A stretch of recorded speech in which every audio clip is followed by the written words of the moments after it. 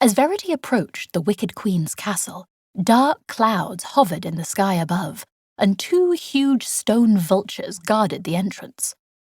Verity thought it looked very gloomy, but then she noticed the sun shining down like a spotlight on one area of the garden. Animals had gathered around a girl with curly hair and kind eyes. A soft, grey rabbit was sitting in her lap, while she fed a hungry fox an apple from her hand, and squirrels playfully chased each other around her feet. "Wow, that must be Snow White," Verity said to herself. "I'm Verity," Verity announced as she approached Snow White. "Tatiana, the Queen of the Fairies, sent me. I'm a fairy, by the way." Verity pulled out her wand and showed it to Snow White as proof. "Oh, it's so nice to meet you." Snow White hugged Verity. "I like your hair. Pink is my favorite color." "Oh, thank you," faltered Verity. She could see why the animals liked Snow White. She was so friendly and kind. A fearful shriek came from inside the castle. "Why isn't my magic mirror talking to me?" boomed the voice. "That's the Queen," Snow White said in a panic. "You mustn't get in her way. She can be very mean."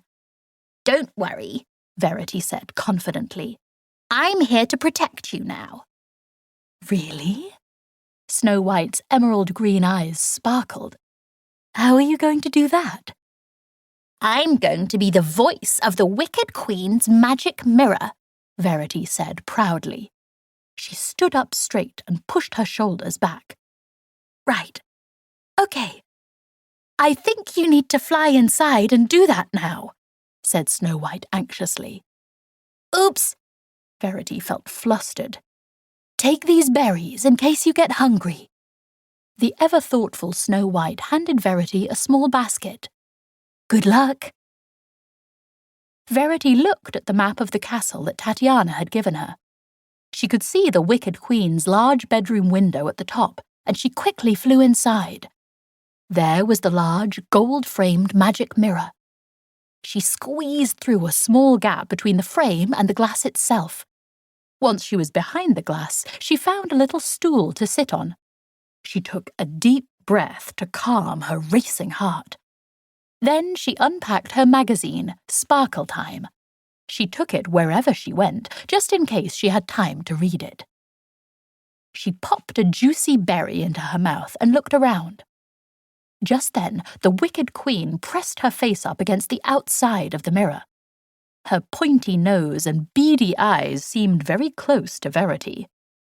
The Wicked Queen placed both hands on the gold frame. "Mirror, mirror on the wall, who is the loveliest of them all?" she screeched. Her voice was so loud that Verity fell off the stool. She spilled her berries and dropped her magazine. I believe it's Snow White," Verity blurted out without thinking. She had completely forgotten her instructions to keep the Wicked Queen happy. "Snow White? Why is she the loveliest?" demanded the Queen. "Well, she's very kind," Verity replied swiftly. She felt a little calmer now.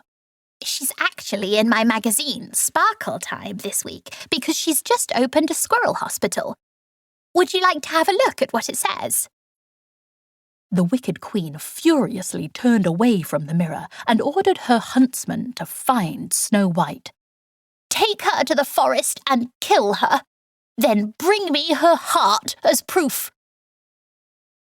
Deathly silence fell throughout the palace. In the forest, the birds had stopped singing and the sun hid behind the clouds.